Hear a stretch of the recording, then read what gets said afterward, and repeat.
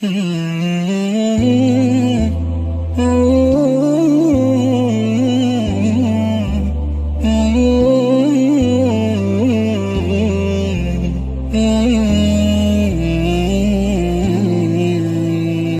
ابو هریره خدا از او راضی باشد روایت است که رسول خدا درود بر او فرمودند: قسم به ذاتی که جانم در دست اوست، کسی از شما نمی تواند مؤمن باشد تا زمانی که من نزد او از پدر و فرزندش محبوب تر نباشم.